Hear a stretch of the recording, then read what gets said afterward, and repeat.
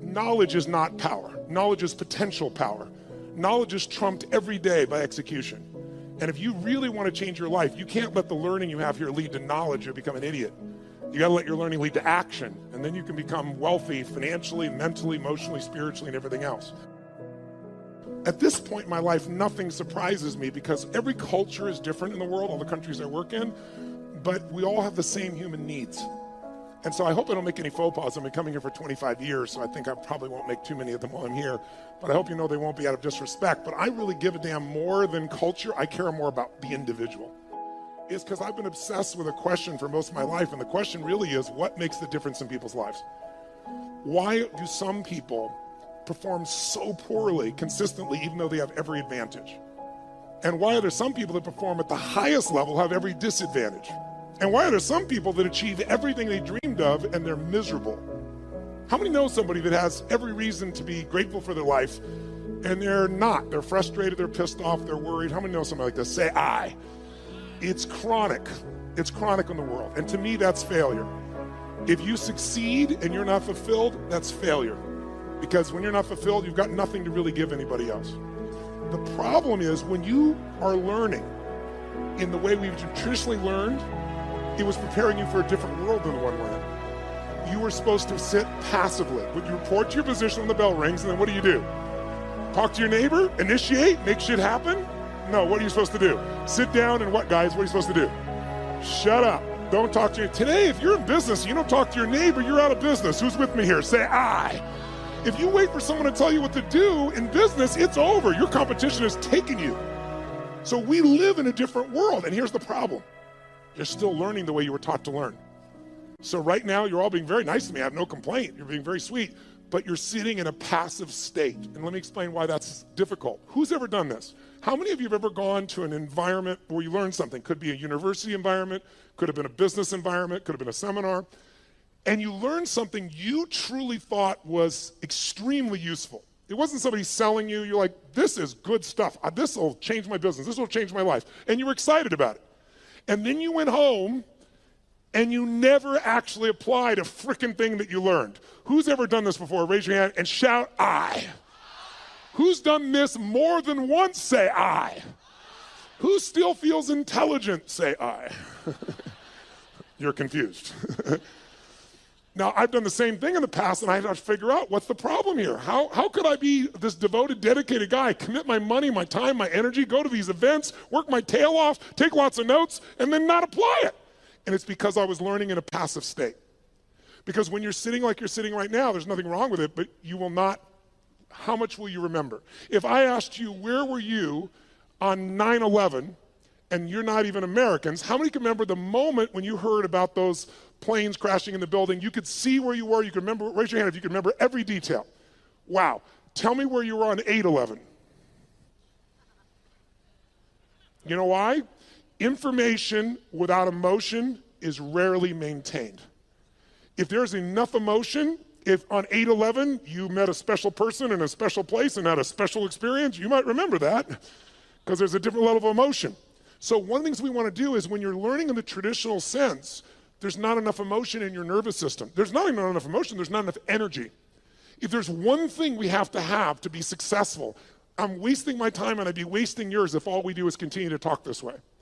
The reason is it might be interesting. As we go through some of the strategies, you'll probably be excited, write them down. But in this level of energy, here's what happens. Whatever state you're in when you're learning, it gets linked to what you're learning. So if you're sitting here and you're really comfortable and you're kind of enjoying this and going, wow, this is pretty good, or wow, that's really interesting, or that could be really valuable, or damn, he has big teeth, or whatever you're thinking right now in your head. If you're doing that in a passive state, then later on when you go to do something, you go, yeah, I'm really going to do this. This is really going to happen. And there's just no energy for it. So the less energy you have, the less likely you follow through and use something. How many follow here? Say I. And so, but some of you might say, yeah, but Tony, I've been here 2 days and it's great to be here with you, but I'm a little tired. It's late in the day, that type of thing. What you got to understand is this, as a business owner, as a professional, as somebody who's going to be the best in the world at what you do or believes that you are, there's nothing more valuable than energy. Nothing moves without it. And the lower the energy, low energy, things break down. High energy, you can build, you can create, you can do anything. Energy has nothing to do with age, food, sleep, something that comes with the psychology. Without the energy, anything else I'm going to talk to you about is a waste of time. So you and I need to establish a new standard for energy. Now, here's what I want to talk to you about. You have all these things you want me to give you in the next 2.5, 3 hours. Just make me rich, make me happy, give me lots of sex, make sure that I feel totally confident, grow my business 100%. I'll give you a couple hours. Go for it, kid. So, here's the truth. Tell me if I'm right or wrong about this. You tell me. If I were to take all the things that you say you want, and I was to generalize them up into a deeper, richer concept of what you really want, you don't just want these individual things like lose weight or have more energy or make more money or have a better relationship. How many would agree what you really are after is an even more extraordinary quality of life? That you want, as great as your life may be, you want more joy, more passion, more aliveness, more impact, more success. Who can relate to this here? Say I. Then in order to create an extraordinary quality of life, you have to define it. So what is an extraordinary quality of life? What would a magnificent life be? It's not for me to define. It's for you to define on your terms. To me, an extraordinary life is life on your terms. What would it look like if you really, truly, without bullshit, without exaggeration, could look yourself in the mirror and say, holy shit, look at the life that I've created. Now, some of you truly can do that now. You just don't do it enough. But I know you want more, so let's look at how to do that. I would say to you, there are 2 master skills. I invite you to write them down.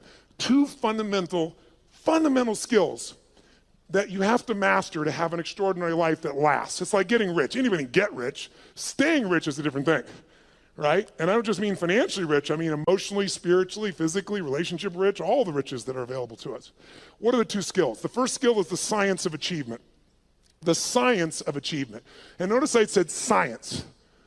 The reason is because achievement is a science. And anyone can learn it. It doesn't matter your age, it doesn't matter your background, it doesn't matter anything. The only thing that limits you is limiting beliefs. But once you figure out the science, for example, I just spent the last 4 years interviewing 50 of the most brilliant financial minds on the planet. All people who are not part of the Lucky Sperm Club, meaning they actually earned it themselves. They started with nothing, and they built billions of dollars, and I want to see, was there common denominators? And there were. And if you practice what they teach, which is what I put into a book, if you do it, there's zero question what you do. I applied what I've learned the last 4 years and tripled my net worth, which was already extremely high. And it all just came from applying what I learned. Because I went to the very best on earth, success leaves clues, figured out what they're doing, did it myself, and I teach other people too as well. Your body, we're all unique biochemically, but not that unique. Meaning there's certain fundamentals related to health, vitality, and energy. There's certain laws. If you violate those laws, you're going to have low energy and you're going to have dis-ease in your body. That's what disease is, dis-ease, right? If you align with them, you're going to have enormous amounts of energy and you're going to have an extraordinary life because you'll have the energy to make it happen. But those are principles. There are laws. You violate them, you pay the price. Whether you like it or not doesn't matter. Your beliefs don't matter. What matters is those are the rules. Now, all of you in this room, my bet is, have achieved a hell of a lot, or you wouldn't even come here. The people that need something like this event the most rarely come. The people that are already successful, to some extent, they want more. They've got momentum, that's why they come. But let's point out real fast what does it take to achieve. I want to give you what I believe, and you tell me if this is right or wrong, and maybe the best way to do this is to measure it. So I want you right now to think of something that you've achieved in your life that once seemed difficult or impossible to you. Something that once seemed like it was a pipe dream, like it would be impossible, but today it's in your life. That might have been starting your own business and now you have it. That might have been a person you wanted to go out with, you're hoping they'd say yes to going out, you're hoping you'd kiss them, you're hoping you'd make love to them, and now you're married to them, good morning, and you got law of familiarity, right? But it was once a dream, it was once like unbelievable, it seemed impossible. Maybe it was earning a certain amount of money.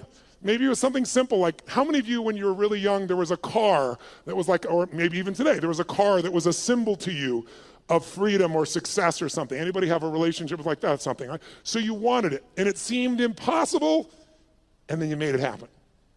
How many can think of something right now that once was impossible, and it's in your life today, solid, you made it happen? Let me see your hands. Say I. Then here's what I found. The best way to figure out how to duplicate success is to study how you've already done it. So think of that situation that once seemed impossible. It's now in your life. When it was impossible, what made it go from impossible to your life? Think about it. Well, what did you do to take this thing that seemed impossible and now it's in your life? But I would argue to you that there's 3 fundamental steps that everybody goes through at a minimum. If you took something once seemed impossible, it's there. And if we recognize what they are, you can go back to it and you know it works because you've done it before. And you can apply it to anything. And I've applied it most of my life. And by simplifying it, whenever I really want to achieve something, I come back to these 3 steps and I make it happen. So the first step is, tell me if this is true for you. You became obsessed by it. This thing you wanted, you didn't just want it, your hunger for it got stronger. Your desire for it got stronger. She's smiling, yes. Was it him? Good, I like that. Lucky man, right?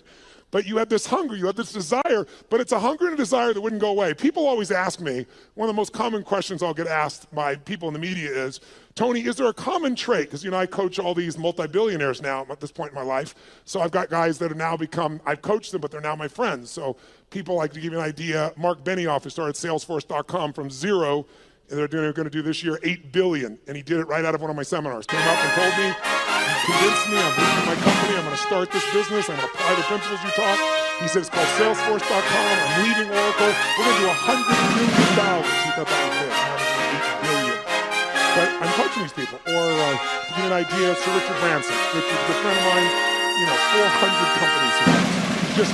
And you say, what do these people have in common? A Steve Forbes, what do they all have in common? What they have in common is hunger. A hunger that doesn't go away. Most people are hungry because things are uncomfortable, they don't like how it is, and they go to try to fix it, or they lose weight to get in a bikini for a month or whatever it is, but the hunger doesn't last. The people that are most successful on the face of the earth, I think intelligence is one of the most valuable things a human being can have and develop. But how many of you know somebody who's incredibly smart and can't fight their way out of a paper bag, right? So intelligence is not enough. What's going to make you maximize your ability is hunger, a hunger that doesn't go away. So in the area where you achieved, your hunger was sustained.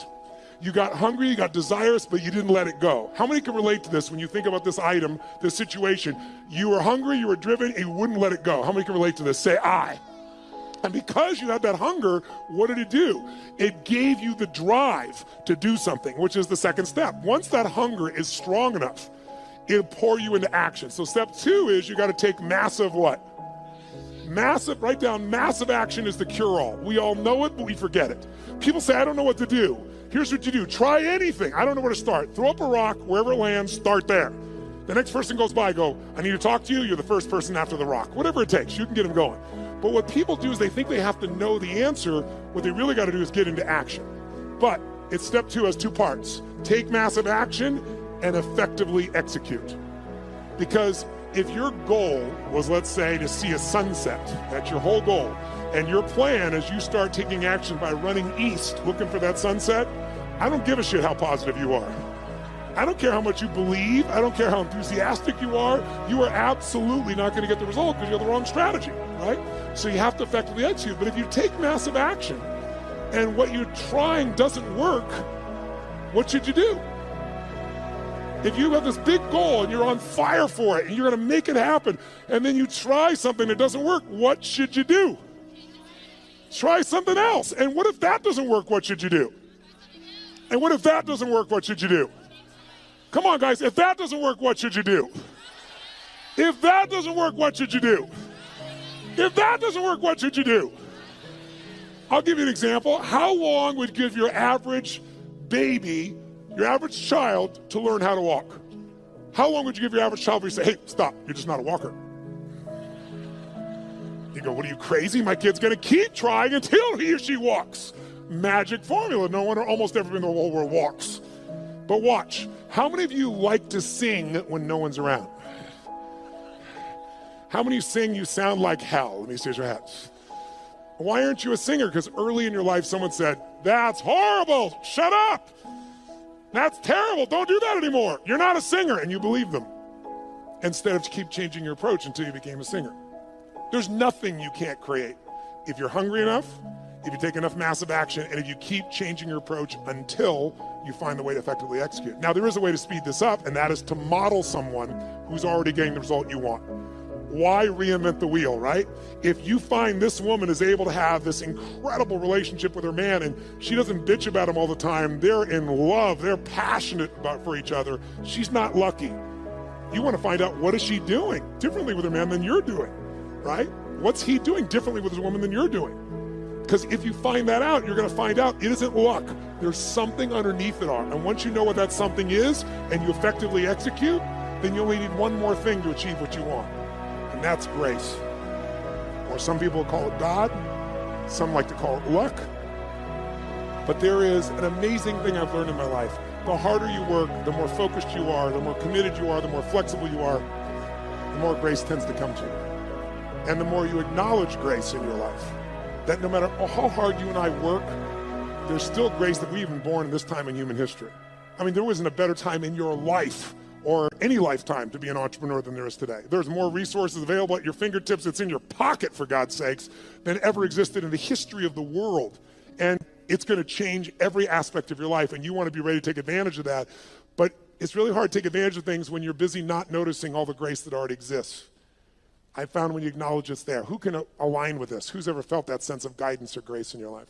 Pretty beautiful. So to achieve, that's really all it takes. How many of you did these 3 steps? How many of you became obsessed about this thing you wanted and wouldn't let it go, and your energy built and your desire built, and then you took massive action, and you didn't know what the hell you're doing, but you've maybe changed enough times till you figured it out and some grace came to you and it worked it out? Who's done this before? Say I.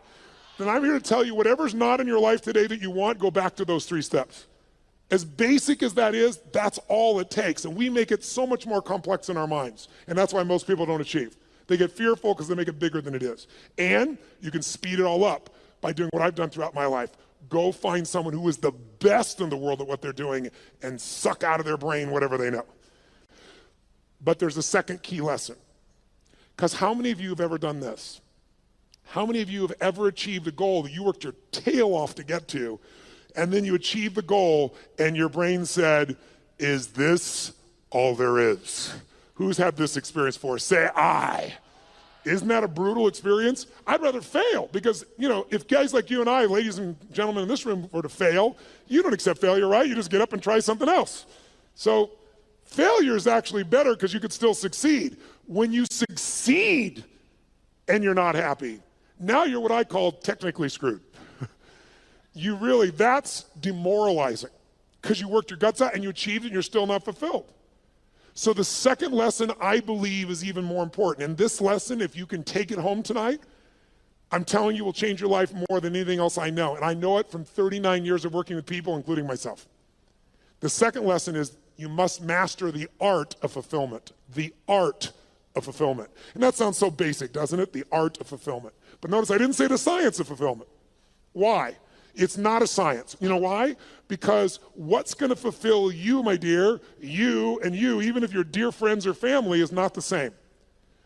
Fulfillment's an art. If you want to know what fulfills people, look around this earth. You got to find what it is that will light you up.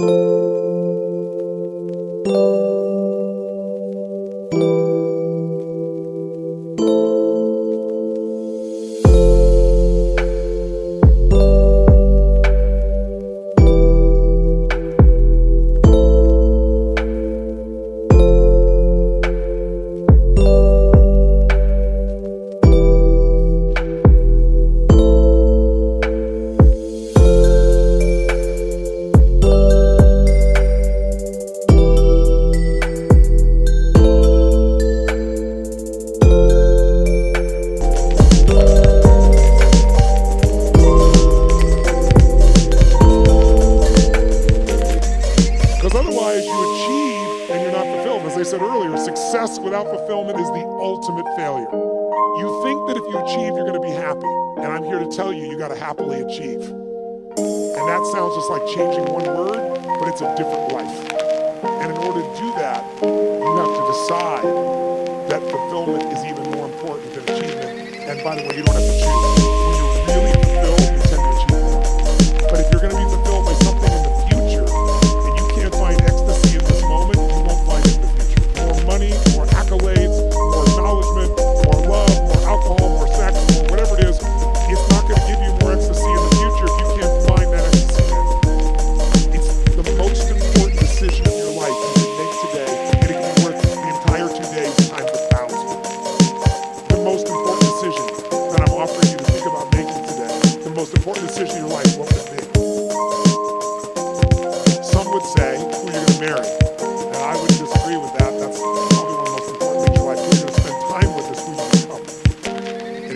wrong person, life is a bitch. Or you marry him or her. Right? And if it's the right person, life can be magnificent. But as important as that is, and I made the wrong choice initially and the right choice for the last 17 years, my wife's been the greatest gift in my life. I thank God for every day. But I'm telling you, even more important than that decision. Because your husband or wife or boyfriend or girlfriend could go away. They could die. They could get cancer. They could leave you. They could divorce you. You're not in control. We all have the illusion of control. We have influence, not control. Not when it comes to other human beings. The only thing we can control is what we think about, what we focus on, what we feel, and what we experience.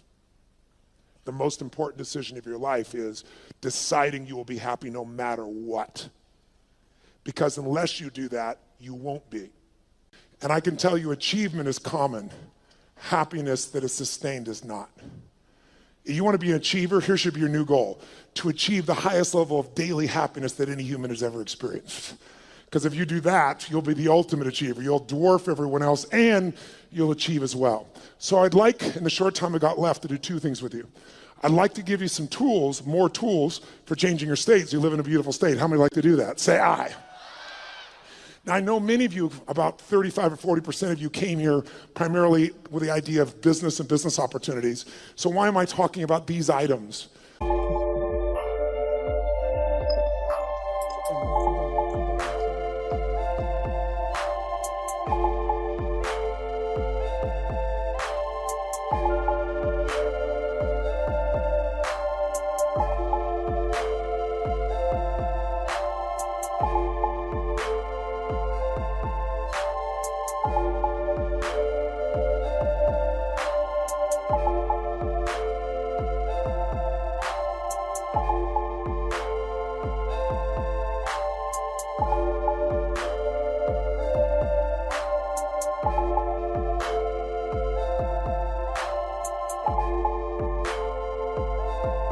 How many of you, your business is like an extension of your identity?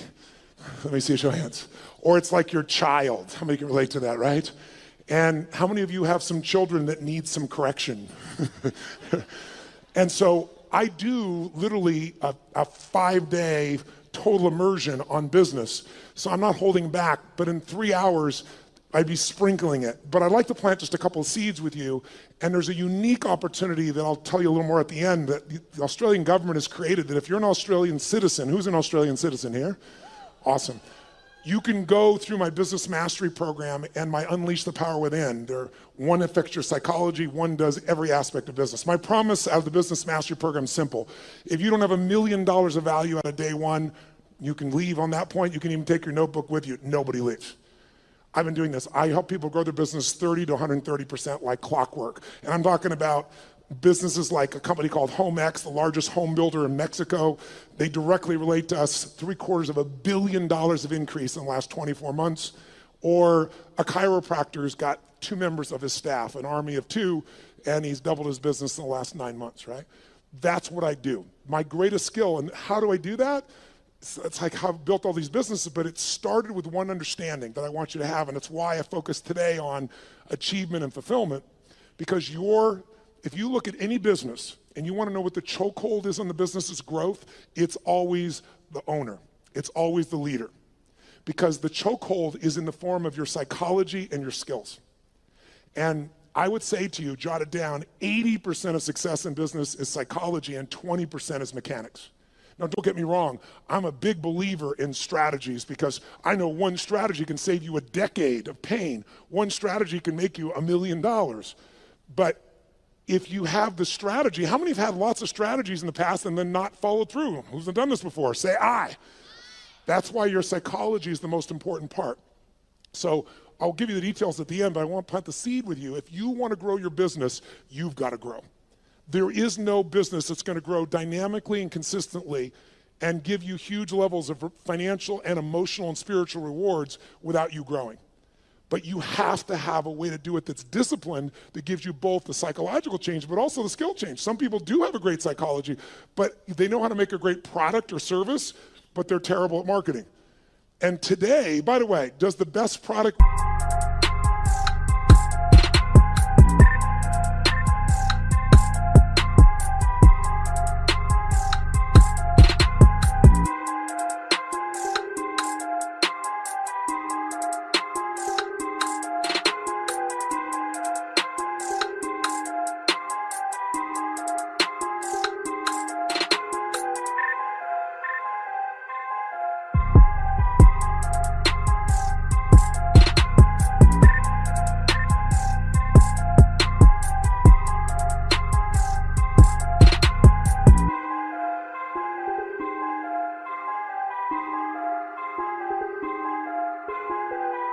win in the world we live in today? Yes or no?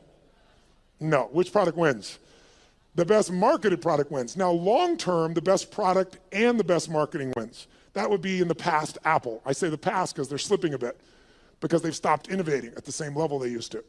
But the bottom line is, if you have incredible product or service and you have incredible marketing, you're going to win. But we live in a world with shitty products. Who's ever seen someone who's a product far inferior to your own product or service, and they're making more business than you are? Let me see your hands here. Say I. Today, is it easier to market or harder? Which one? Which one? It's easier and it's cheaper, but it's less effective. The reason is, 15 years ago, I don't know what the numbers are in Australia, but I know what they are in the UK, I know what they are in Germany, France, and the US, and it's identical numbers. About 15 years ago, it would be 16 years ago now, they did the study, and they found that it took, on average, 4 exposures to a product on average before someone then took action, on average. Does anybody know what it is today, meaning as of last year? 16. 16 exposures on average before someone responds. So today, it's really hard to succeed if you're in a situation where you're trying to market, and what are you going to compare to? Today, people have gigantic budgets. That's why you've seen all these small businesses disappear and more big businesses show up. And how are you supposed to compete with that? The answer is you can, but you have to use a totally different tack. You can't do traditional advertising. You're going to have to learn to master what I teach, which is how do you become the expert in the field so that people come to you because they want to understand what you know about it. Where people seek you out, you don't advertise for them. Because whatever advertising you have, if you're a small business, it's going to be very hard for you to compete with that. And that is for every kind of product you can imagine today, isn't it true? So a lot of people get down and out. It's just because they don't understand. It is so easy in the world we live in today to develop a level of expertise where your marketing is not marketing, it's adding value. If there's one way to become wealthy in business, there's only one way to stay wealthy. Find a way to do more for others than who? Than who? Than anyone else. If you find a way to add more value than anyone else in your category, you will completely dominate that marketplace. And if you keep doing it and you keep innovating and you keep growing, you can go from a tiny little business where everyone else dominated you to where you're the dominant force.